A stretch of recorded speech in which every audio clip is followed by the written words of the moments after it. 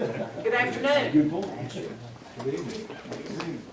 Looks like it's about 7 o'clock. We don't have a clock in here, but it's good to be back in City Hall. And we'll get things rolling. We'll call this to order. Welcome to the May 2024 meeting of the Houston County Historical Society. Please silence your phones unless you're expecting a tornado warning or something like that. You might not want that to go off. Please sign in. The sign-in sheet is up here on the left. I was going to announce about the storm shelter, but maybe we won't need that. A flag. Yes, please.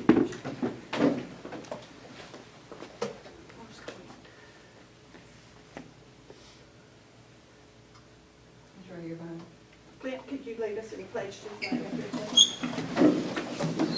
I pledge allegiance to the flag of the United States of America and to the republic for which it stands, one nation, under God, indivisible, with liberty and justice for all. Did everybody get their minutes? Their minutes from April 2024. Are there any corrections, additions, or comments? I had one question on there about the amount of trash that they picked up. It said they picked up 83 gallons That's what they said. for a year. That's what they said. Okay. I checked it. Okay. Go check the recording. That's not a lot. Okay, treasurer's report. We only had interest income last month, and we spent, as I mentioned before, the insurance, and then we registered, every year we send an annual report to the state that costs us $20 and some postage. So right now we have $1,349.80 in the bank. Our CD got, on April 5th, we got $109.42 interest. So the CD is at $10,814.17. Are there any questions or additional comments on that? Is there a motion to accept? Make a motion approved. All in favor? Opposed? And we will let the minutes from last month go as, if there's no corrections, the minute stands as approved, so we'll go with 83 gallons. New business, only thing I have is the membership. And Leah can take care of that if you have a question. Yeah, and I actually have a list of who's members, who's paid, and who's got lifetime insurance. I can put that together, so if anybody has any questions about it. The old business, any old business? The only thing I have on old business is probably our programs for the rest of the year. We will be meeting with Stewart County next month on June 25th. It's the fourth Tuesday? Yes, yeah. Fourth Tuesday. Yeah. They have refreshments at 6 o'clock and their program's at 7 o'clock. I do not know the title of the program yet, but Jim Long is presenting, so I'm sure it will be Very good. very good. Announcements, Leah?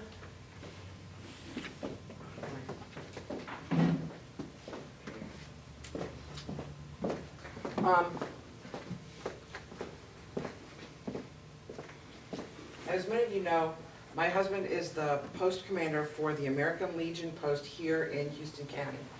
On June 8th at 10 o'clock in the morning at the Houston County Veterans Center, at the Jimmy Ross Veterans Center, they will be renaming their post to the Betty Jean Wyatt Post 73 in honor of, if you know her or knew her family, in honor of Miss Betty Jean, who retired a lieutenant colonel in the United States Army. It will be the first post in the state of Tennessee at a minimum to be named for a female veteran. So y'all are welcome to join us up there, 10 o'clock, Saturday morning, June 8th.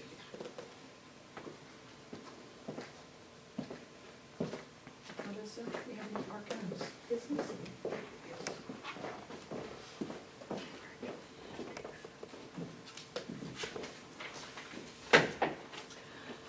Hello, everybody. Those of you that don't know me, I'm Melissa Barker. I'm the Houston County Archives. We work at the Archives and Museum, which is in the basement of the courthouse. Please come see us. We've had several visitors as the summer comes along. We have more and more visitors coming to peruse the museum. People are very shocked that we have a museum down there, but we do. Lots of things on display. Not everything is on display because we don't have the room, but we're starting to see people from all over that they're coming through the museum. Last Wednesday we had some, I like to share our researchers that we have come in. We had a couple that came in. They were actually going back to Nashville from West Tennessee. His name is Don Kent, last name of Kent, and they were researching the Kent family, and they came across an actual murder of Miss Sarah Kent, who was murdered by her husband back in the early 1900s. And interesting enough, about a few months ago, I had actually come across this murder and had done a little bit of research on it, found some death certificates and things, newspaper items, and actually put them in our vertical files, and so that's how they found it. So they were very excited. In fact, they were jumping up and down in the archives. So the genealogists like to find that juicy stuff. So one of the projects that I'm actually have started working on, that if you all have any information, I would appreciate it.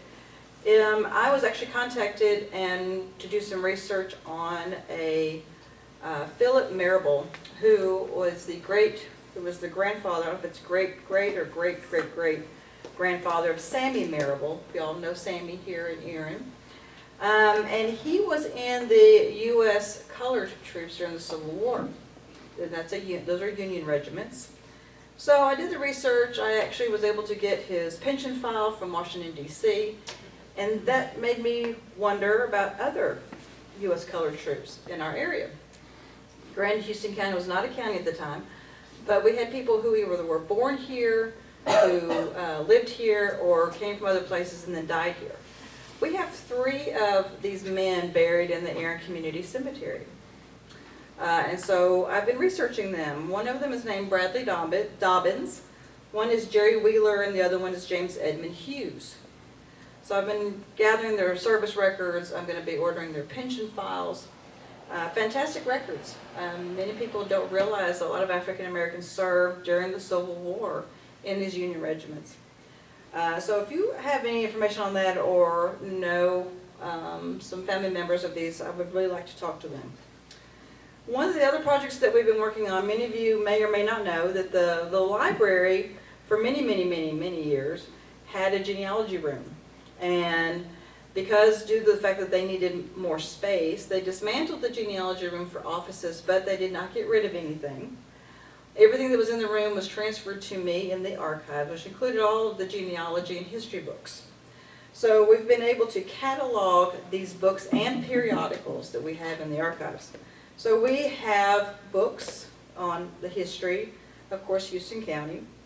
We are trying to collect and have in our history library, we're going to try to call it, books and information on surrounding counties that touch Houston County. Not only the ones that were formed by Houston County, but ones that touch us. And we have several books and periodicals on military history, going from the Revolution all the way to present day. Tennessee history, American Indian history. We have several books on American history in Tennessee, or American Indian history in Tennessee. And we also have a cookbook collection. We've been very fortunate that people have donated records and materials, and in those records have been a lot of those wonderful cookbooks that the little churches, little communities did over the years. And so we're grateful to have those. Some of the periodicals, magazines, journals, and things that we have a collection of the Middle Tennessee Genealogical Journal, which has fantastic articles about history in all over Tennessee. The Tennessee Genealogical Journal, which was called And Searchin' News. We also collect the Meriwether Lewis Tennessee Magazine. Now in archiving, we're taught that you don't keep things that are already being archived somewhere else, and these are probably being archived somewhere else. However, people in Houston County probably are not going to get there. And so we have been collecting the Tennessee Magazine. We also have an American History Magazine and Hornberger's Journals. Does anyone remember or know about Hornberger's Journals? We have a complete set of the Hornberger Journals. In fact, we had some duplicates that we actually passed off to the Stewart County Archives because they were able to fill in some of their holes of what they were missing. And lastly, we have, those of you who would like to join us, on Monday night, May the 20th at 6 o'clock, the local legislative body meeting, the archives is going to be presented with a special book publication. This book, and I cannot remember the author's name, was written by a gentleman who was researching all of the sheriffs in the state of Tennessee. He had contacted me asking me if I knew however many names in Houston County as far back, so I gave him what I had. And so that night they're going to present this book. What happened was that the gentleman actually got cancer. And so his wife encouraged him to finish the book, which he did before he died. He's passed away. And so the 3 remaining living sheriffs will be there that night to present the archives with this book. So if you would like to come, it's Monday night, May the 20th at 6 p.m. And that's what I got. Thank you.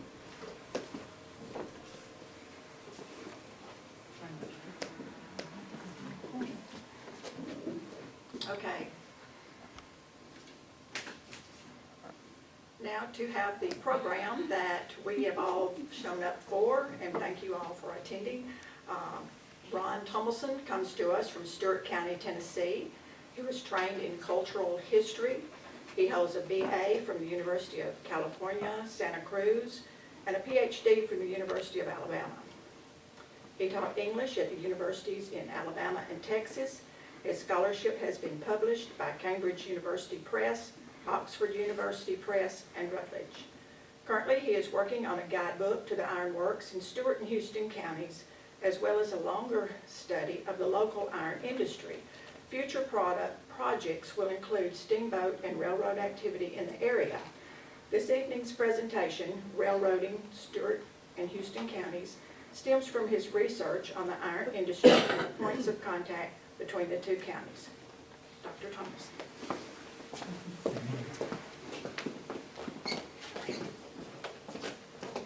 We're going to try a few things here to find out whether or not some of the equipment will work properly, if we can get this up, make this come alive.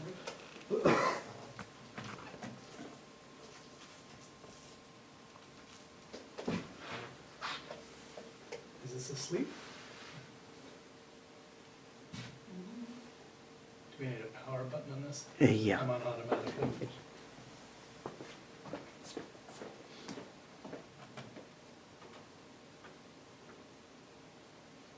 Find out if we're live, or whether we're Memorex, as they used to say. Thank you all for coming. Thank Jackie and Donald for inviting me in the first place, Melissa for providing me with a bunch of information in the archives. We actually have some materials from the archives, especially dealing with the L&N over on the table here, and I brought some other materials as well.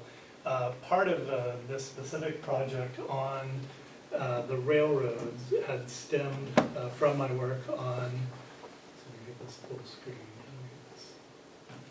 Should have done full screen. You did, it was on the big I did up there? Yeah. Okay. Yeah, we can do that. Okay. I didn't realize it would do that. My computer doesn't do that, and this is a laptop I'm borrowing. Part of the project began when another Melissa Parker up in Stewart County asked me to do a presentation on transportation for 8th grade students, and then also a presentation later that evening for the public, general public. And I suggested the railroad simply because I knew more about that than I knew about other things, mainly because of my connection to the iron industry, and so that's what most of this stemmed from. And in the process of doing quite a bit of that research, it became apparent that some of the history that was written already about Stewart County was incorrect. So part of this is going to try to resolve that. Is the lighting in here sufficient? Maybe we could turn off a few, Turn it down a little bit, yeah. and then we can see what it You looks want like. that one or? We can try them both. Which one? If it needs this one on. Will that work? I think that'll work. That's good. And I can still see in case I'm looking at notes in the vicinity, so we'll give that a shot. Pretty good. Microphone a little bit louder, so I can get this in my direction. How's that? Better? I may have to pull that off. How's that? Even better still? Okay, we'll try that and see how that works. All right. I'll have to keep an eye here on what is showing up here. The first book will be a guidebook to Stewart County charcoal iron. My credentials for this particular project, as you can tell from my hat, pretty much anybody who is a legitimate conductor of a railroad wears hats of this nature, and you can tell this from various generations as you go back in time. Those are all different people, as you can tell. So a little bit of orientation as well. Many of you perhaps know this as the Merrill Ruger map from 1865. I'm in the process of colorizing it.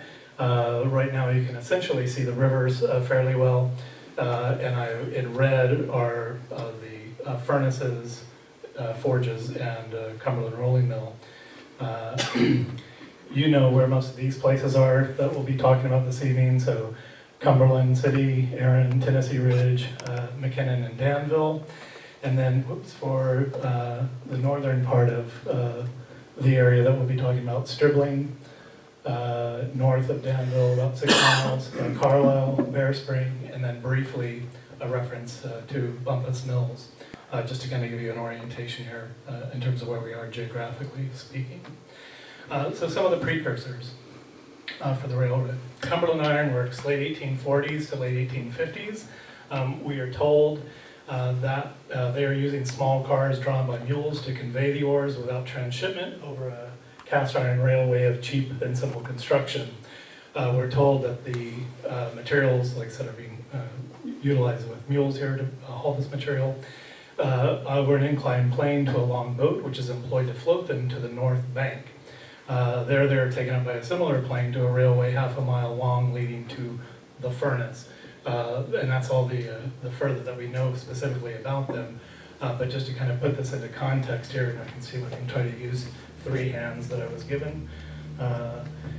What they're talking about here essentially is in the vicinity here of Cumberland Iron Works. This is where the rolling mill and the nailery are located. Carlisle is going to be here eventually where Dover Furnace is. Randolph Forge here, and then Bellwood here. Most of the ore banks for Cumberland Iron Works are in the vicinity of Bear Spring. So what they're talking about doing is taking the ores on these railway system down to the river, floating them to the north bank, and then sending them up to Bellwood Furnace where they're going to be smelted there. Bellwood is mainly producing sugar kettles, so that's where they're sending this material. As well as down to Dover Furnace. But to use that rail system, they're shipping that from Bear Spring down to the river, and then once it gets across the river, from the Bellwood landing up to Bellwood Furnace. It's about a half mile from the river. Another place where they were doing a similar kind of thing, this is the one reference to Bumpus Mills area, and Saline Creek, or Saline, depending on your preference for pronunciation. This furnace is often included in the history of Cumberland Iron Works, but technically it belongs to a different company. And so they also had a rail system leaving the furnace and going to the mouth of the creek where they had their landing, their riverboat landing. That furnace was only in operation in 1854, so beyond that, there isn't too much exciting. And we know about the rail system that they had there, also utilized with mules, because of a reference in 1856. So the actual beginnings then for the railroad began as about 1851. I've actually got the full article over there on the table if you wanted to read it afterwards.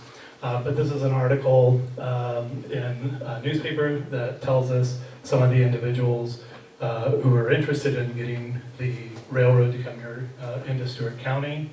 So some of the names here are fairly familiar to you. One of the people who's mentioned here is, so I can see him up there, it's easy. It says J.T. Lewis. That's probably a mistake for G.T. Lewis, George T. Lewis from Cumberland Iron Works. More local to home would be someone like S.W. Kelly, who figures prominently in Danville history. So you can see some of the major names here that are interested in getting the railroad to come into Stewart County. At the time, Stewart County, remember, we're still 20 years away from the creation of Houston County at this point.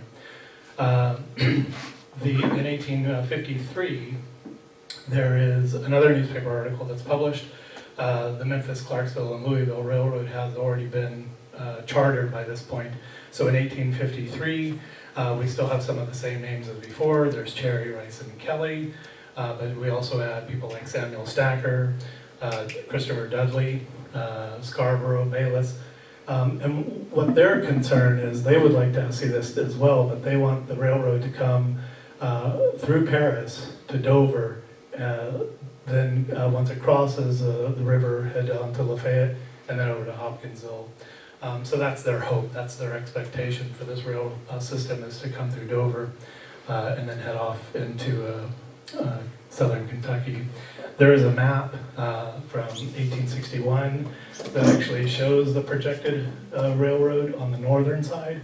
So here's Dover here, and so this is the projected railroad as it would run through Lafayette and then make its way on up to Hopkinsville. Again, this is 1861, so obviously what has already happened is that you've got a railroad that actually exists coming down through what is going to become Houston County and Danville before it heads off towards Paris. So that was some relatively new information for people in Stewart County, because they were under the impression that people didn't really want the railroad coming through this area, but there were quite a few people who actually did. Part of the reason why that didn't happen is because of James Guthrie. He was pretty insistent upon the railroad coming through Clarksville, and that's why it ends up coming through Clarksville, then heading towards Palmyra, Cumberland City, Erin, Danville, and then off towards Paris. So that's just a little bit of kind of background for some of the precursor material. So the Memphis, Clarksville, and Louisville, and I do have a handout. We'd like to pass these around. Roughly half on that side. I may have enough. If there's some of you who would like to share, put the other half on the side.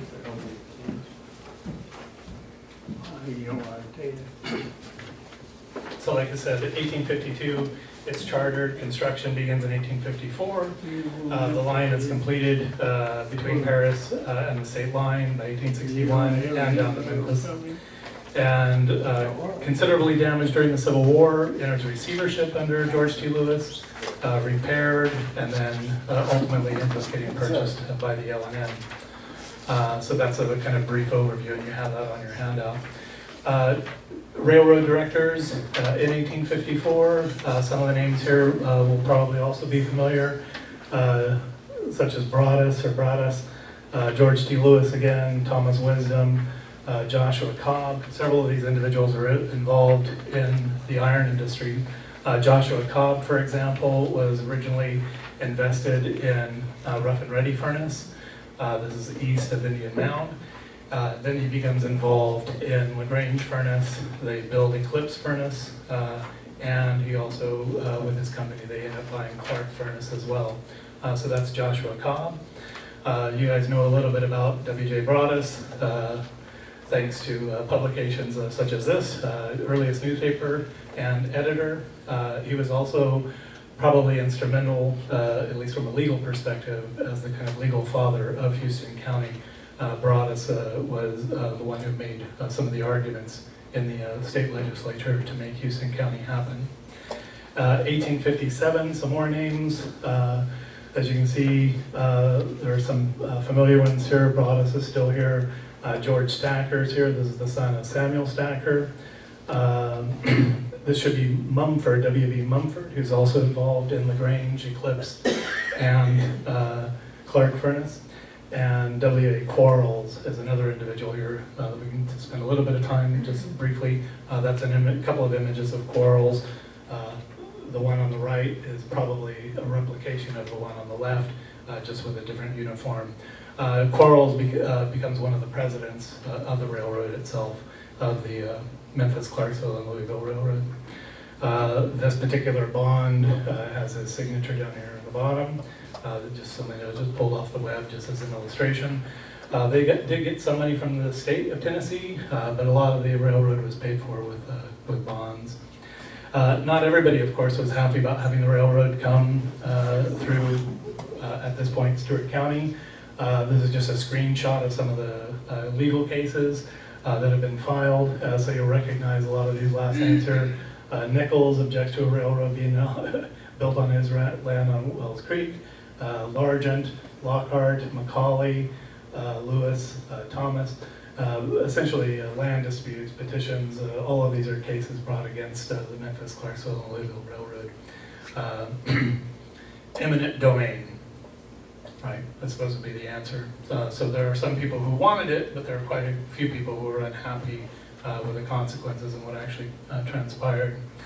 One of the early accounts, you actually have the source for this on the back of your handout.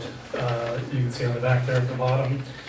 This is one of the difficulties encountered on this road, that is the Memphis, Clarksville, Louisville, is the bridging of the Red, Cumberland, and Tennessee rivers, and the extraordinary hardness of the material between the Cumberland and Tennessee rivers.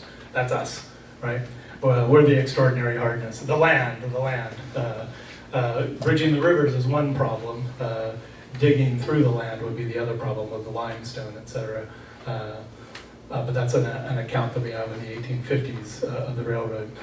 So again, to come back to the Merrill Ruger map, as we're coming in, there's the county line from Montgomery County coming into Cumberland City. Just as we briefly come down here, this is Belfield and Carter. He is the father-in-law of W.J. Broadus. They're neighbors here. Broadus had married one of his daughters. Roslyn Station, this is at Lockhart's Mill. You can actually also see here as well, Boone here. Sometimes Lockhart and Boone are connected together in business. And then as you go on further down, you get here in the station, Tennessee Ridge in the bottom left-hand corner. And then from Tennessee Ridge, heading on up to Stewart Station and then Danville Crossing. And on the other side of the river there, Melissa, is West Danville. So there's another representation of West Danville. And it actually looks bigger on that side of the river than it is on this side of the river. So that's the Danville area. So what did the MCNL look like? I've looked for images of this. There don't seem to be any from the time period. So this is the best that I could come up with. It looks fairly elegant. If you look compared to other newspaper articles, it's a very elegant coach card that's on the back of this train. This is an advertisement for the MCL going to Nashville, of all places. You'd think, you've got this railroad now connecting you from Louisville all the way down to Memphis. And what seems to be the more important thing? Nashville. It's like Nashville's not even on this line. There's a recent book, in fact, on this railroad, published in 2019, and it's got a picture of the Nashville depot at the top, and you think, why on earth would you put that on there? This railroad doesn't go through Nashville. It goes far north of it. Some of the things that we do have are things like the original seal.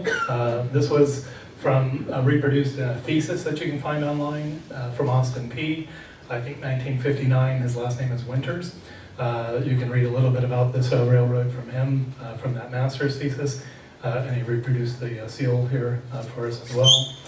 1861, election of the directors for the railroad itself. Again, some of the usual suspects. Broadus is still here, George Stacker is still here, Quarles is still there, but other names, Gustavus Henry, for Fort Henry, and David Kennedy.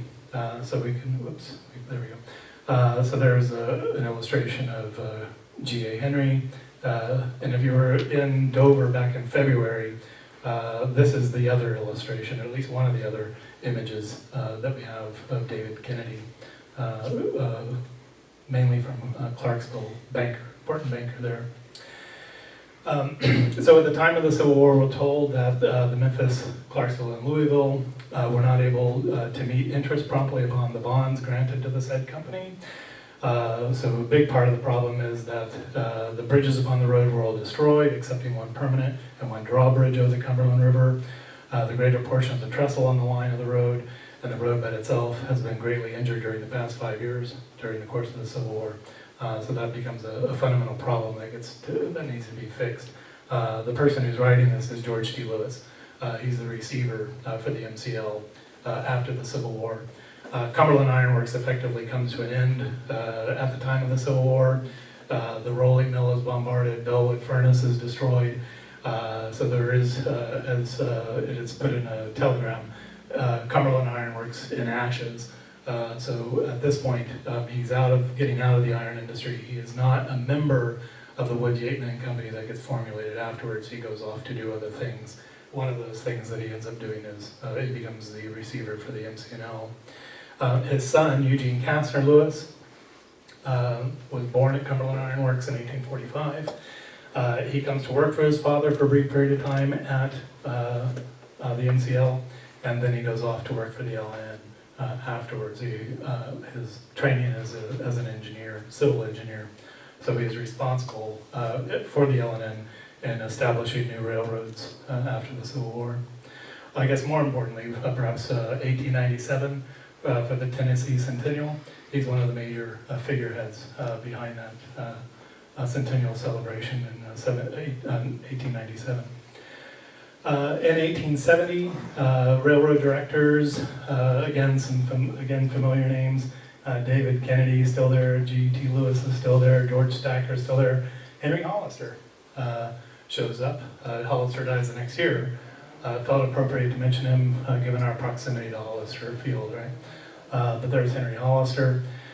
Typo there probably that should read Stewart County, since Montgomery County is mentioned immediately above it. There is no reference here to, obviously, to Houston County. We're still, it's in the offing, as we say. It's pretty tight back here in this space. Let me move this a little bit forward. In 1868, the L&N is already effectively operating the MCL. The MCL, it's gone under a variety of different receiverships. George T. Lewis just happened to be one of them, but it goes under a variety of different receiverships.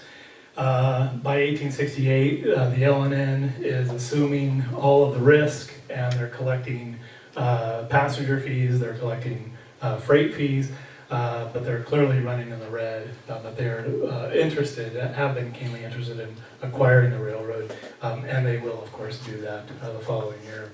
So that's how it becomes the L&N afterwards, the MCL. They were constantly running into problems after the Civil War, and they were never really able to get going again to get it established. So the L&N simply assumed it afterwards. Having done that, of course, it did make other possibilities, such as two of the other railroads that I'll be talking about this evening, one of which is the Danville and LaGrange Railroad. This starts in 1887. The construction is also complete in that year, and then the company responsible for this, W. Ferguson and Company, ended up suing the owners at this time, LaGrange Furnace Company, because they weren't properly paid as far as they're concerned. And then the line is abandoned probably around 1894. There are other sources that say as late as 1922, but that clearly can't be right. There's a reference, in fact, in 1923 that tells us that the railroad has been abandoned for quite a long period of time. So it can't have been abandoned the previous year if he's saying it's been abandoned for quite a long period of time, and he's here in the county. So my suspicion is it gets abandoned pretty close to about 1894, about the same time that LaGrange Furnace is finally abandoned. LaGrange Furnace did have, and I'm not going to let you read all that, so I'm going to read that quite a bit of it. LaGrange Furnace did have another railroad. We were talking a little bit earlier about a narrow gauge railroad. There was actually a narrow gauge railroad up at LaGrange. So we're told here for LaGrange Furnace in Goodspeed's history that the ore, after passing through the washer and undergoing a thorough cleansing, is transported by means of the small narrow gauge railroad to the furnace. They had about 2 miles of railroad for this narrow gauge railroad that went from the ore banks to the furnace and also to the river landing at the time. They had a specially built engine for this narrow gauge railroad. It was about 2 feet wide. Standard gauge after the Civil War is 4 feet 8.5 inches, so this is less than half that size, so it's a very, very tiny railroad system, and again about 2 miles worth of track up around LaGrange Furnace. Their ore banks tended to be about 1 mile north of the furnace itself, and so they were going across Leatherwood Creek and then coming back and then going down to the landing at the mouth of Leatherwood Creek as well. This is, as Goodspeed says here, this is as the Missouri capitalists. These are the individuals from St. Louis who own the company. At the end of 1886, when Goodspeed's History of Tennessee is published, they sell out to another company, and that other company is the one who's responsible for building the Danville-LaGrange Railroad. Newspaper article tells us that the contract for grading, bridging, and track laying is ready to go. Typo here, this should probably read just W. Ferguson. There is an F.M. Ferguson in the company, so it's probably just W. Ferguson and Company. 27 carloads of iron on the ground, and the work of construction will be pushed. And a man named Shanahan in Danville is someone who can give you information about it. So as you came up from Danville itself, which is indicated here, this is a map from 1923. As you came up here and crossed the county line and headed up into Stewart County, that railroad probably followed this river road as it bent around the corner to head into Stribling, and then the furnace was located about here. So the general vicinity here is Stribling. Clark Furnace is up here, up on the top here, and the Clark School is here as well in this map from 1923. Just a little bit of information here about the Danville and LaGrange. David Wren, superintendent. Yeah, he also in Stribling. He also becomes the postmaster there.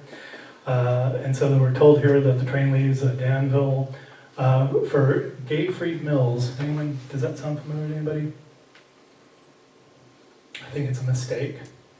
I think that it probably should have said Grayfried or Graffried Mills. Does Graffried sound familiar? His name may have been pronounced, I've always said Graffried, but his name may have been pronounced Grayfried based on this typo. Hard to see how that would come about. This is letterhead from LaGrange Iron Works in the 1870s. In the top left-hand corner, as you can see here, if I blow this up, W.F. Graffried, or Grayfried. He was the secretary and treasurer. Interesting study on him if you're curious at some point about immigration. He had come to the United States about 10 years earlier, from what I understand, and by 10 years in, he's already the secretary and treasurer of a major iron company here, and by this time, this is 1874 for this letterhead, even though it's clear that he's on his way out of the company. Here in Houston and Stewart counties. If you look on some maps, this is where the landing is. So this is Leatherwood Creek up here, so LaGrange Furnace would be up here. There's Hurricane Creek here, so this is where the Graffried or Grayfried landing would be, and then the cemetery is about here before the flooding of the river. A little bit more information about this railroad. Standard gauge, 4 feet, 8.5 inches, only 6 miles, 1 locomotive, 7 freight cars.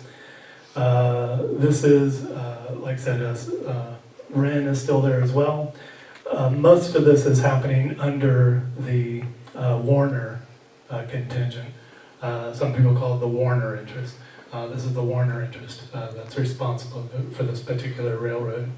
And if you would like to know their call sign, it was Dangle. From what I understand, you would take the first couple of letters from the first place, and then a combination of some of the letters from the destination point, and you combine those two things together, maybe Dangle, but Dangle is what it looks like. Anyone know what the L&N's was? Love. L-O for Louisville. And then VE for Nashville, so you take some letters out of the destination place. Love was the L&N's call sign. But anyway, just a little bit of trivia for you. So just to kind of give you a sense here, this is the L&N running here. This is the 1936 map, USGS map. So this is the L&N coming from McKinnon, headed towards Danville, and then that railroad would have headed up in this direction, probably coming off at this angle rather than coming at it full on. It would come at it at an angle. One of the things that happened in the 1880s under the Warner interest for LaGrange Furnace is that they built 25 charcoal ovens in McKinnon. So one of the things they probably did with that standard gauge rail, the Danville and LaGrange Railroad, is that they took it down to the L&N at Danville, and then went to McKinnon, where those charcoal ovens were located. There were about 25 of these charcoal ovens until one of them exploded. Then there were 24, and then they were ultimately dismantled. And from what I understand, there were the leftover materials were used to make the Methodist Church in McKinnon. I don't know for a fact, and you can correct me, I know that that's the Methodist Church today, but is this the one that has been around in McKinnon this whole time? So those bricks that are in that church are from those charcoal ovens that LaGrange Furnace had built in McKinnon for producing their charcoal. A couple of map here just to kind of, this is one that'll get you a little bit confused, because in this particular one, north is pointing down, but at least you can read it. So I'm going to point it the other way so you can read it like a map arranged with north at the top. What they're suggesting is that old railroad track, like I said, came in here at an angle and went up in that direction, and then eventually followed what is now a river road in that direction. Another map, railroad map, just shows that little branch or spur. Some of the terminology gets a little bit loose, even from railroad industry records. Some of their terminology is a little bit loose. We may be inclined to call the entire railroad of only 6 miles a branch or a spur, but sometimes those terms are used for what are also called sidings. Those side tracks that run off, some people call those branches and spurs. So one of the things I used to teach when I taught English for my students for rhetoric and composition, argumentation, define your terms. That's always a crucial thing, is to figure out exactly what things are called. I suspect some people have problems even treating some of these as railroads, bona fide railroads. The Danville LaGrange Railroad only did freight. There was no passenger. So the freight was going obviously to the LaGrange Furnace, but I assume also for gray freight or graph freight for the mill there. They were picking up materials there and delivering materials as well. The other major railroad, the Tennessee and Cumberland River Railroad, 1897, the state of Tennessee granted its charter, and work began as well. The line was opened in 1898 from Tennessee Ridge to Bear Spring, and then in 1899, the very following year, they sold the line to the L&N.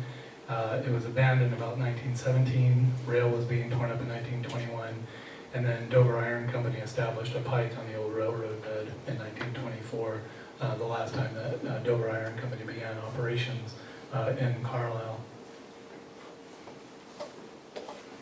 Excuse me. Again, if you want a little bit of history, there's another fine article on this railroad to get you started for some of the newspaper articles. Some of the histories have often attributed the construction of the railroad because of the iron industry, or attributed to the iron industry, Dover Iron Company in particular. Dover Iron Company didn't actually exist in 1897, so they can't have been responsible for it. The people who were responsible for it were the people that actually bought the property. This is, in Stewart County history, is often referred to as the English Syndicate. This is the company, the Cumberland Riverlands Estates Limited. The properties had been bought at the end of the 1880s by a man from Illinois named Scott, M.T. Scott. He died just shortly thereafter, and some of his London associates sort of began to pick up many of his assets, and so this is how they come into, as you can tell here, Stewart and Houston counties for this property that Cumberland Iron Works had owned time out of mind. It had gone through that particular company under the original Woods family. They went out of business after a heavy failure in the mid-1870s. It gets picked up by J.P. Drullard, who's down at Dixon County, Cumberland Furnace, and then ultimately ends up getting picked up by Scott, and then by this English syndicate. They are the ones who end up establishing the railroad in 1897, and we'll talk a little bit about that here in a moment. If you look on this map again, for the Merrill Ruger map, this will eventually become Carlisle. Carlisle doesn't exist until the English syndicate comes to the area. There's nothing, no one lives in the vicinity of Dover Furnace, roughly 1865, because this is all Cumberland Iron Works properties. Some of the people who are indicated here, like McQuarters and Daniel, these people work for Cumberland Iron Works. That's why they have property there. But in any case, this is land that isn't occupied by anyone. So when the Cumberland Iron Works, this property goes up for sale and this English syndicate buys it, this is what they're interested in developing. This is a map from their brochure. If you know where this brochure is, I brought a photocopy of it that's in terrible condition. You'll see here in a minute from some of the images. If you know someone who has the original of that, I would love to be able to see it because there are some amazing images that I don't think anybody has seen for quite a while. This map is in the very back. North is now facing that direction, just to get you a little bit more confused. So Houston County is in this direction, so we're coming up into Carlisle here. So this is the railway now being constructed, coming up to make the turn. The John Bell House is here, making the turn to come up here into Bear Spring. Their headquarters is in Bear Spring, that's why the railroad is going to Bear Spring. That's where its headquarters are for this company. In 1897 also, perhaps some of you recall the Centennial, Tennessee State Centennial. There was a display there for railroads and locomotives. This one, and for example, a 460, so you've got the 4 on the truck here, and then you've got the 6 here, and then 0 underneath the cab, so that's why it's a 460, or the 10-wheeler. So this is by the Baldwin Locomotive Works in 1897 at the Centennial exit position. Lorry went east, according to your article, to get rolling stock for the company. It's possible that they could have also seen some of the stock down at the exposition in 1897 when they were in the process of building this railroad. This is the commissary of the railroad contractor with some of the hands in the foreground. Like I said, it's terrible, but this is from that brochure in 1897, and it's, I have no idea where this is at the moment. It'll be one of the future research projects to try to nail some of this down, but they have their own commissary there. Blasting rock for the new railroad. I assume everyone knows where this is. I'm kidding, of course. That's also another terrible, terrible image, but with a better image from the original brochure, we might be able to make some of that out. This is an image from Stewart County Histories that shows some railroad workers, but it's not exactly clear to me where. The road here appears to have been built. For all I know, this is a section crew, even though that's a very large section crew relative to the size of other section crews. But if they are in the process of constructing the railroad, this is one of the crews here. And some of the histories, we know that Alfred Pike Brown, his family histories indicate that he came from Dixon County to Stewart County to work on the railroad to help build it.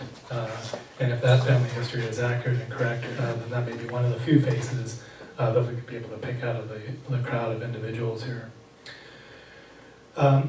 So the line itself will start now. South is pointing down. So we're on one of these railroad maps that are upside down. But you can see here, just blowing up this section that's relevant. So here's the Tennessee and Cumberland River Railroad coming into Tennessee Ridge Station. So here's the L&N running this way. And so here is the railroad coming here. And this image may show it a little bit better to see exactly how bleak this is. Here's the county line, that belly. So you're coming down 49, coming in here to Gray's Crossing. So 49 here and goes off the map, and 147 down here, and you can see how oblique that line comes in here to the L&N, which is indicated there at Tennessee Ridge. I hope that they may have come to like a Y or something like that, so that they get turned around. It's been one of the discussions about Bear Spring, is that someone said Bear Spring had a turntable. I doubt it. I haven't seen any information at all to indicate that. And there seems to be no place really for the train to have turned around other than to come down into Erin and use the turntable that's in Erin at this time. Here is an image of the Tennessee Ridge Station. This is probably a later image. Given the size of the structure, that seems like a very, very short structure to me. But if we can kind of imagine this, Aaron's going to be off this way, Stewart's going to be in this direction, so that railroad would have come from up in this area someplace. It seems like there may be a box car there, it's hard to see. But this is the actual track line on this side. This is just one of those little sidings that goes around the station. So that railroad for the Tennessee and Cumberland River Railroad would have come off in that direction there to come into the station. It was a combination station, so what we were just looking at was on this end of the station where the freight room was located, the agent's office, the general waiting room, and of course the waiting room for segregation for the black passengers. So that's a floor plan of the full structure built in 1898. There had been, of course, a station at Tennessee Ridge as far back as at least 1865, based on that Merrill Ruger map, but this is apparently the updated depot here for the combo station at Tennessee Ridge. Here are some of this is a section crew with their hand cart, so you can get a better idea here about the length of the building when it was at full length. Again, looking here at the freight end of the building itself. Destination for this railroad, of course, like I said, is Bear Spring, and one of the destinations is Bear Spring Furnace. The English Syndicate had began leasing this furnace in 1893 to a company from Cadiz, Kentucky, White Dixon and Company. And this is probably them in 1898 when they're able to ship pig iron for the very first time out of Bear Spring using the railroad. You can see the smoke from the engine, from the locomotive coming back here. Most of the locomotive is hidden by all this pig iron in front, but you can see two flat cars here with a couple of workers loading pig iron onto the flat car. So all the white collar workers here on this end are probably White Dixon and Company. So this is, again, probably 1898. Typically, people say about 1900, but I suspect this is the very first time that they're able to ship pig iron out of Bear Spring via train. Another image, this is probably taken from either up on the hill or up in the charging bridge inside the furnace.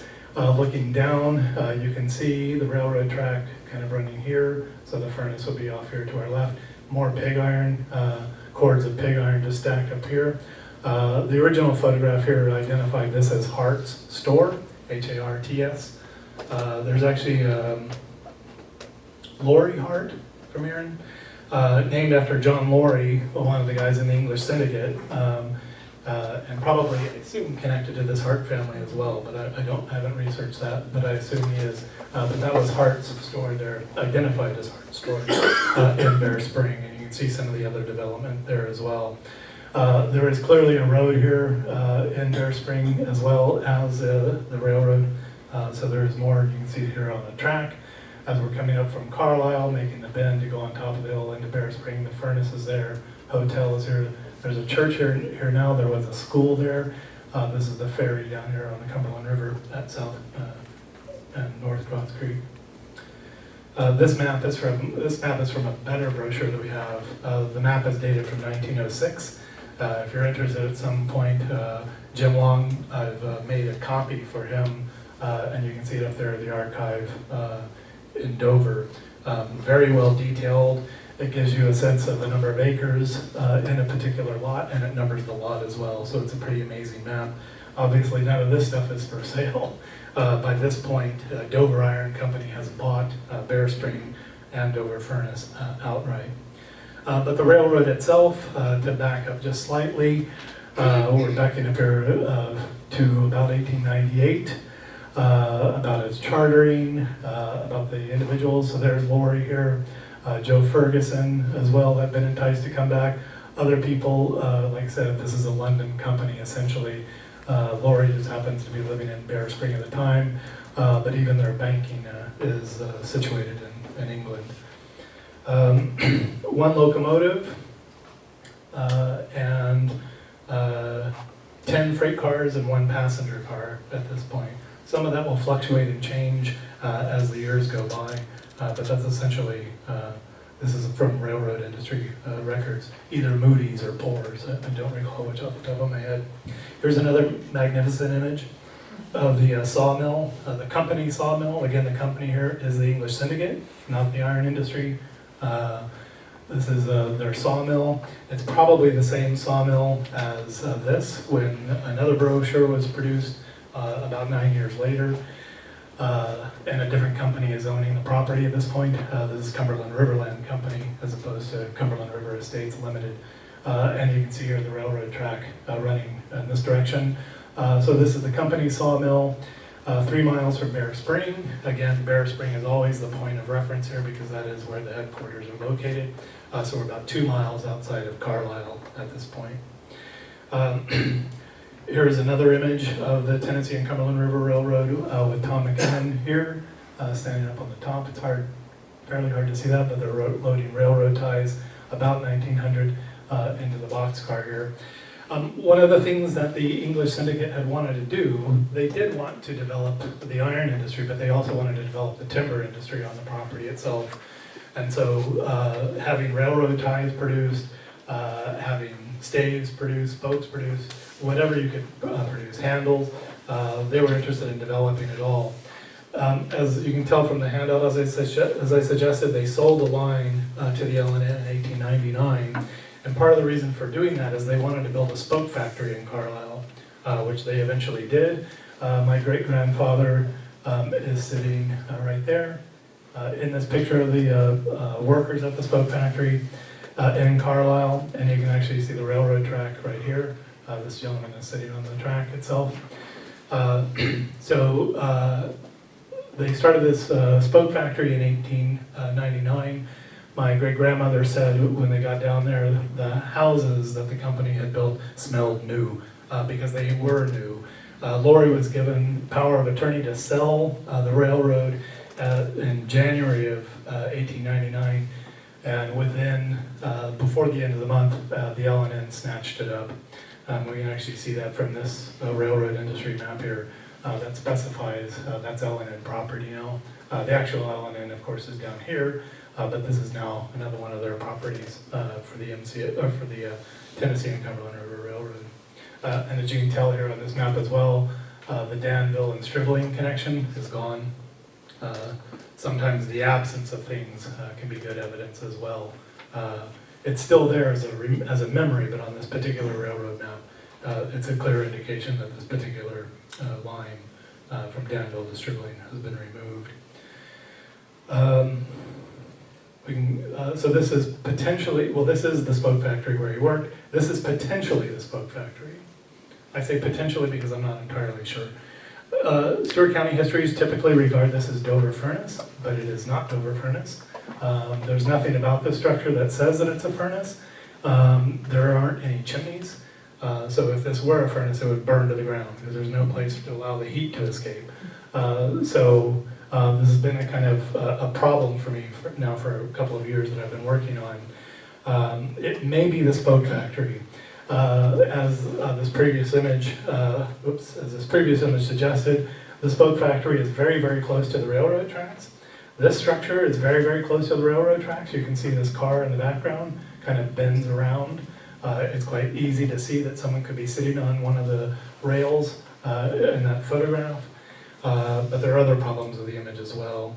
If it is the spoke factory, so here's Carlisle. This is where Dover Furnace was. This is White Dirt Hollow that comes up in this area. We go this way to get to Bear Spring. This is Carlisle Union Church here. This structure here may be the spoke factory.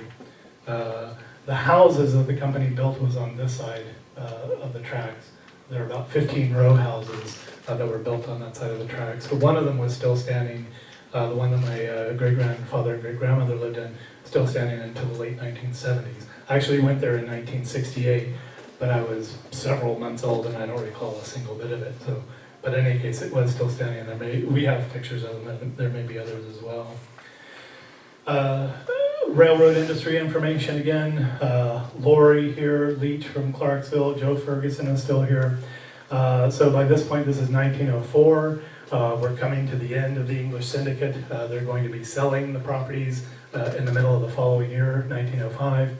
But again, it gives you a little bit more information about the cars that they're using. No sleeping cars on this line of 14 to 16 miles, depending on who's counting. And one of the major features here, Southern Express Company. If you look on some of the slides over there, you'll see that, for instance, at Cumberland City for their depot. The Southern Express Company is all over the place, so you can see them identified there. And other kinds of things, the passenger equipment. Passenger car of this company is equipped with MCB couplers. Pretty much everything in the time period is MCB couplers, so it's hard to see how that's actually entirely useful. This is an image of the train, or at least of the locomotive and the passenger car. This comes from William Wallace Jr. His father had a collection of images, and so we see the locomotive here and the passenger car here in the background, as well as some siding here and some ties in the foreground. So this not too many people have seen this image before, but if you want a fairly decent image of what the locomotive looked like, that was it. This is another image of the locomotive crossing South Cross Creek, about 4 miles from Bear Springs, so about a mile north of Carlisle. This is about where Thompson Hollow is.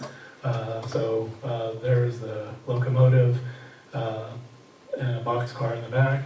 There actually appears to be a bridge in the background. That's probably the road bridge that's in the background there as well, as it crosses South Cross Creek a mile north of Carlisle. Another image of William Wallace Jr.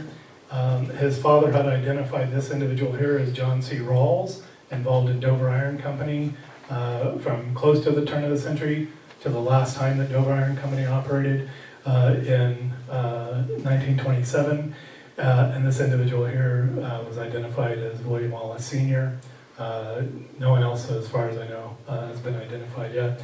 But this is the work car, so they're using this, so the locomotive is here. This is the work car here, and then they're loading timber onto the an L&N, one of the box cars there that they're using for L&N. Another vehicle that they pick up over a period of time, by 1909, and probably not before 1906, is the gasoline motor car. So this would allow them to travel up and down the track much more quickly. They may have even been able to use it for some of the section crews.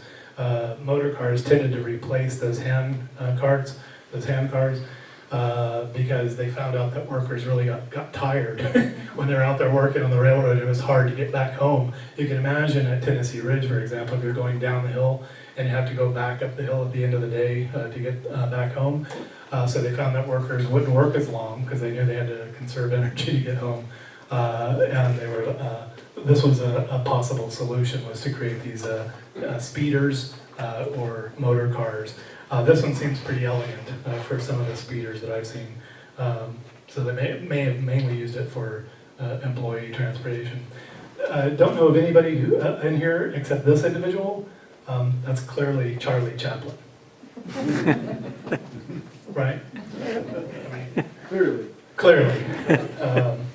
We know that he was in the United States beginning about 1914, and this railroad stopped at about 1970.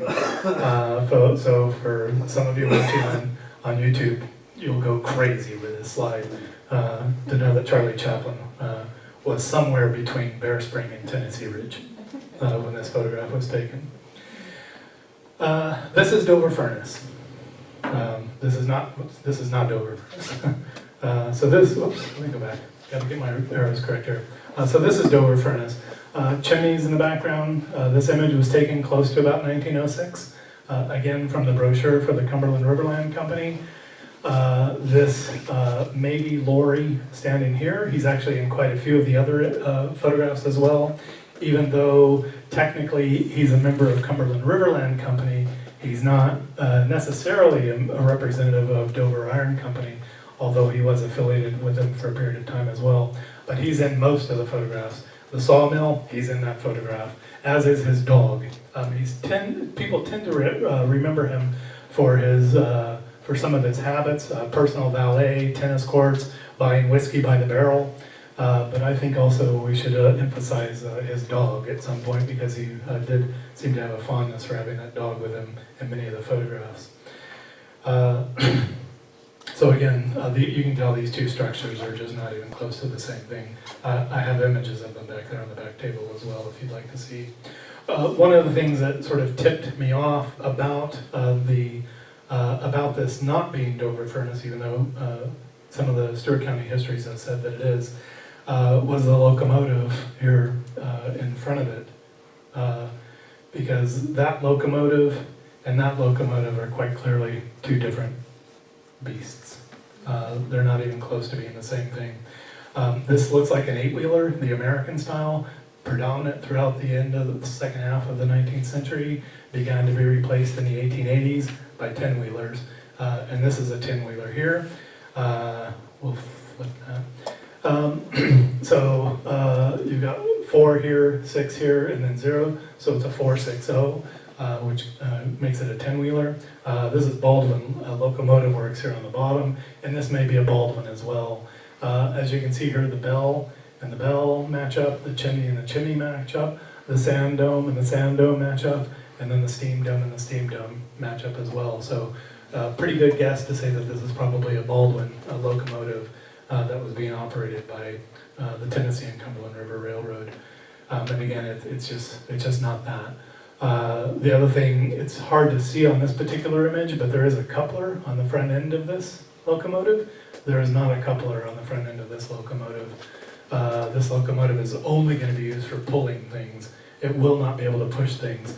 We were talking earlier about the Hill engine. The Hill engine had a coupler on the front because not only could it pull things, it could also push things. If it needed to get in behind a train, it could push assist in pushing the cars up to Tennessee Ridge to get it over the divide. So again, this is Dover Furnace. This is an insurance map from 1917 that shows it as well. This is the railroad track up here. This is the solid parallel line. The commissary for Dover Iron Company in 1917. And as you can see, the railroad tracks are nowhere near the furnace. It's over 100 yards away. A football field in most of one of its end zones. So there's just more evidence that kind of suggests that that other image is not Dover Furnace at all, but it may be a spoke factory. I'm just putting that out there as a possibility. The same insurance map, 1917, shows up in Bear Spring. There's the railroad tracks coming in here, as well as coming up on top of the hill and behind the furnace. So this is where 49 runs today, in front of Bear Spring Furnace. By this point, it's abandoned. It had, in fact, been abandoned at about 1907, 1908. The historical markup there says 1901, but it's actually should be pushed back a few more years beyond that. They're still taking ores out of the Bear Spring area, so they're using the ore washer here, getting them on to the train, and then taking them to Carlisle, where they can be smelted. This is 1917. This is about the year, ultimately, that the railroad here is going to be abandoned. I'll need to research that further, but that's been one of the claims that I've encountered so far, and it seems about right for the railroad as a whole. In 1923, we're going to return here back to Tennessee Ridge. This is Cat Lane's 1923 section crew. Again, for some reason, almost all these images show the freight room into the building as opposed to other ends of the building. So in 1923 as well, we have someone who's in the county who took a picture of Bear Spring Furnace. So that's what it looks like by 1923, the spring of 23. So the pillar for the charging bridge is still there, the stack is still there, the fly engine for the steam engine is of course gone, but that's what it looked like in 23 when by this point the track has already been pulled up. It starts to get pulled up in 1921. As you can see where the car is here, there are no tracks coming up here to the furnace at this point. Just to kind of wrap up and conclude here, I just wanted to talk a little bit just about a few railroad ties. My interest has been mainly centered on railroads and the iron industry, but a few railroad ties. We've seen this image once before with Tom McKinnon and his crew. This is a McKinnon and Company in 1952 with a mechanical tie loader here close to Erin, or in Erin. This is Dover from 1929. This is a tie yard here on the hill. The courthouse is here in the center of town, so they're loading, this is the surrender house here, they're loading ties here and shipping them off via barge. And then the really fun thing is this image. This is Air and Lord Tie Yard in Chicago. And we're going to zoom in a little bit here, but you can kind of just take in the full scope there. Here you can see an individual standing on a stack of railroad ties here. Here are a bunch of workers standing on railroad ties here. And then one more zoom in, L&N. There's our L&N right there. Many of these ties that are sitting out here in this railroad yard in Chicago likely came out of Houston and Stewart County. L&N did have line by this point all the way up into Chicago. It was one of the few lines that survived the Civil War, in large part probably because the company was stationed in Kentucky. They're stationed in Louisville. That's where their main office is.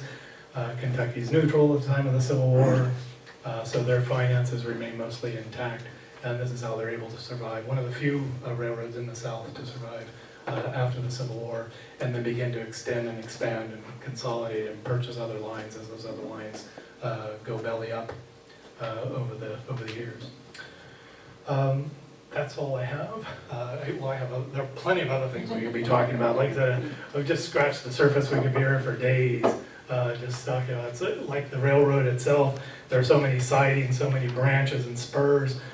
We could go down lots of different avenues with some of this material, but at least to kind of give it a solid grasp on some of the things that affect us locally and had affected us locally in terms of our industries, beginning in the antebellum period all the way up well into the middle of the 20th century and beyond. The only thing that remains, of course, is the section that comes into Cumberland City for the R.J. Corman. That's the only thing that really remains of the Memphis, Louisville, and Clarksville, or Clarksville and Louisville. Sometimes it's Memphis, Guthrie, and Louisville. So forgive me if I sometimes get the name wrong. MCL would be the easier way to refer to it. I'll be happy to take questions, clarifications. I don't know everything, but I'd be happy to try to give my best shot at something for any questions that you might have. And of course, I'll be happy to hang around if nothing comes to mind to chat with you afterwards as well. Yes? Listen. Do we know, or have you done any of your research, the 49, I've always been told that was the railroad. Mm-hmm.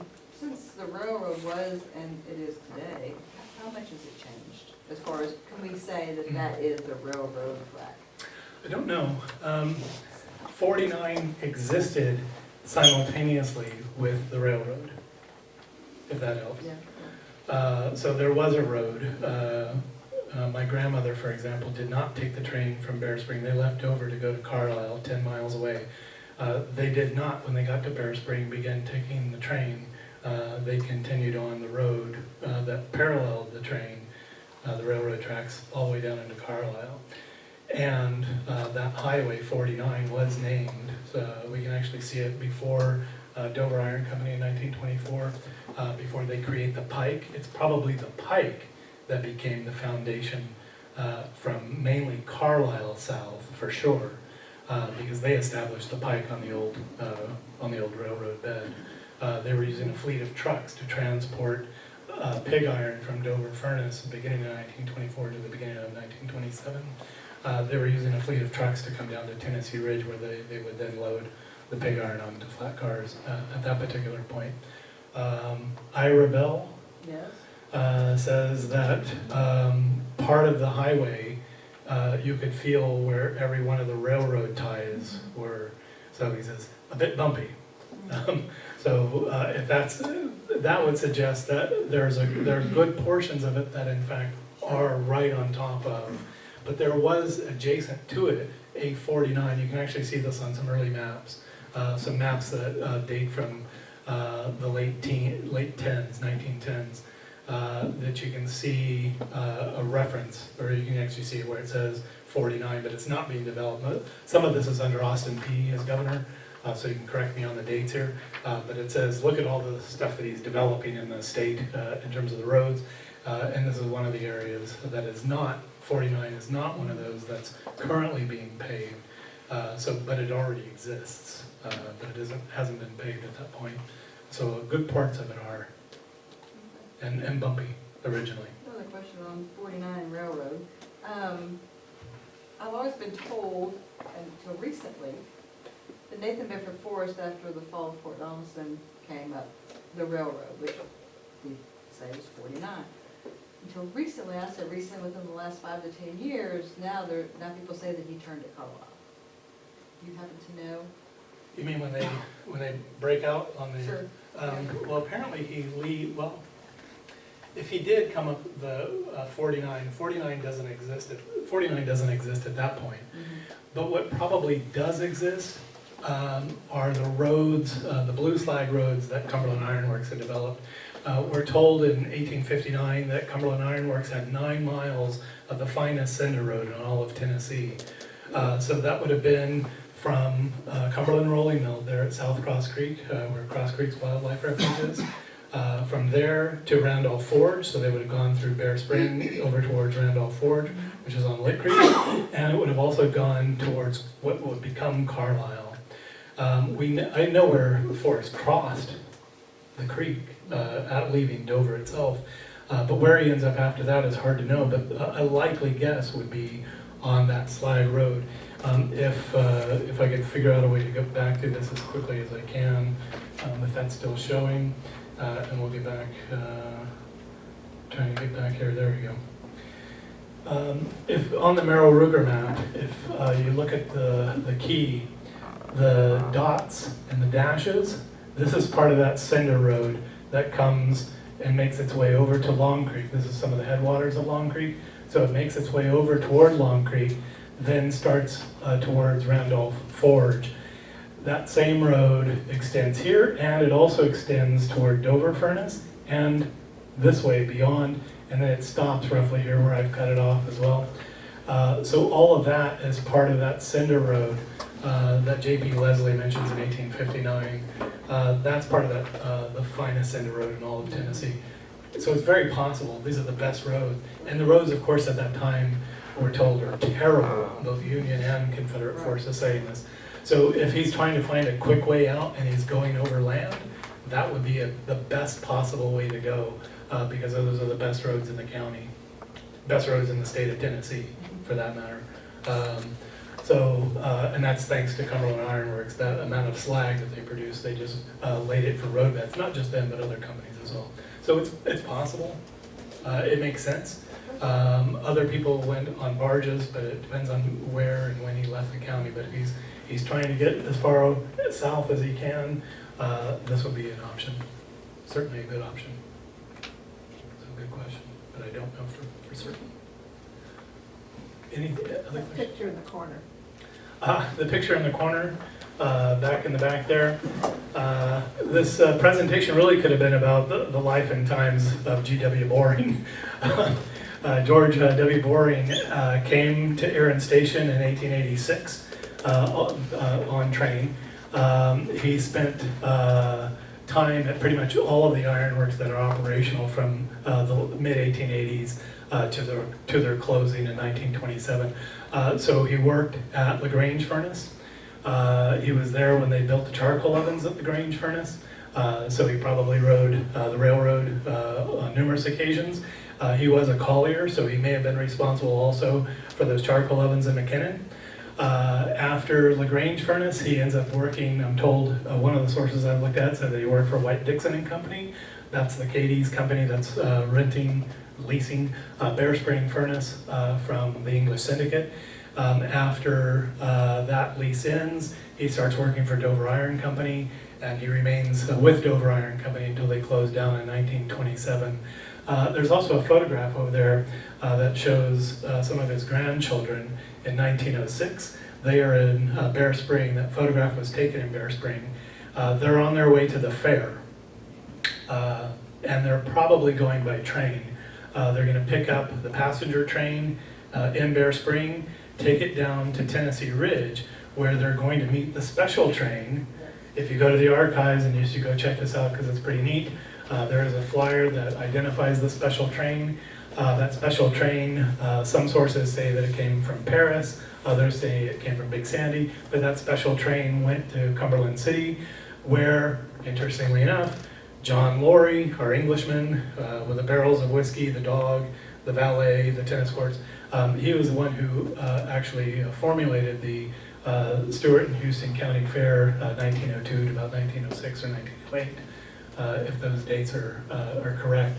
But that's where those children are going. They're probably taking train rides, not only to Tennessee Ridge, but then also over to Cumberland City. So like I said, much of this narrative could be about the life and times of G.W. Boring. He died in 1927 also. That's the same year that Dover Furnace went out of blast for the last time. And John Rawls, who was one of the owners at the time, Rawls had been a manager previously, but now he's a part owner. And Rawls writes his obituary calling attention to Boring as his very good friend. Both Stewart and Houston County would be missing a valuable citizen. You can actually see the railroad tracks. I'm fairly convinced that that photograph, and I'd have to convince Donald Bateman of this, but I'm fairly convinced that that photograph is taken in Carlisle. You can see the railroad tracks in the background, and we know that in 1920 he ends up getting a parcel of property there just south of the spring in Carlisle where the store is. He ends up getting a parcel of property there. I think it's $100 from Dover Iron Company in 1920. If that's the case, that photograph was taken about a year before the track is being pulled up on the Tennessee and Cumberland River Railroad. If that photograph was taken in 1920, and that's Joe Boring to his right, sitting on the porch as well. So that's what that picture is about. That's a long answer. Is that Donald's relative? Yes. Other questions? When were the last rails pulled up? For that particular railroad, in 1921. We're told that it's happening in July of Coming 1921. up towards Tennessee Ridge? Mhm. And I don't know how far down they go, but certainly by 1923, there's nothing at Bear Spring Furnace. Other people say that they're out pulling up road tracks off of their properties over the years, but it seems unlikely if 49 has already occupied that space. They may be pulling up sidings or spurs or branches, prongs, whatever you want to call these things. They may be pulling up those rails, and they would of course be standard gauge railroad rails, but for the most part it's gone by 1921. What year did they change the name from Dover Furnace to Carlisle? It's in about 1890 or so that they began talking about building Carlisle. It never actually gets the official name Carlisle Furnace. It's always known as Dover Furnace in all of the records that I've looked at. This is one of the areas of contention because there are some sources that say that there were two furnaces in Carlisle, Dover Furnace being one of them, Carlisle Furnace being the other one, but that's not the case. It's the same furnace in the same place, beginning about 1828. There's the original Dover Furnace that was built there. That is abandoned in 1842. It is replaced in 1854, and it's called Dover No. 2. That's the furnace that gets modified after the Civil War and is in operation for just a few years till about 1875 when Cumberland Iron Works has its significant failure, or whatever that newspaper article describes it as. So from that point it stays idle until 1903 when Dover Iron Company puts it back into blast again. So it's been out of blast for over a quarter of a century. But people tend to call it Carlisle Furnace because it is in what becomes Carlisle. There are newspaper articles that refer to it as that, but there isn't actually a separate furnace in Carlisle itself. That is Dover Furnace. And like I said, it remains Dover Furnace. In all of the more or less official records, if you look at them, it's always Dover Furnace. There's never an official record that refers to a Carlisle furnace. The state geologist, in fact, in the 1850s says about Dover number 2, new furnace, old site. So same spot. The new furnace, Dover number 2, is in the exact same place that the original Dover furnace had been built. They used the machinery from Bear Spring, the original Bear Spring furnace. They used the machinery and they moved that from Bear Spring to Dover number 2 to get Dover number 2 operational. So this particular map from 1865, the Merrill-Ruger map, showing Dover furnace, this is 1865. That company charters in the Woods Yateman and Company, the second version of that company to operate in Stewart County, charter in 1866, and they end up dropping the number 2, and they just go back. They revert to Dover furnace, and that's the same location that it remained even after it was abandoned in the 1870s, and it gets rebuilt. I guess it gets a facelift and gets remodified in 1902. And it burns in 1903, but that's a different story. Then it gets rebuilt again and it's put back into blast, but it's always in that location.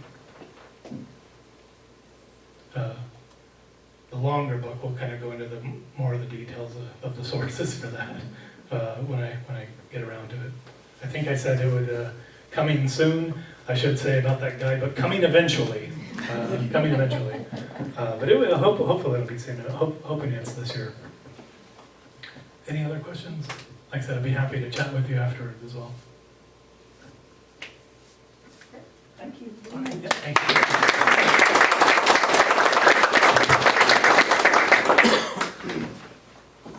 We have a motion to adjourn, and then Dr. Tumelson will be available for questions.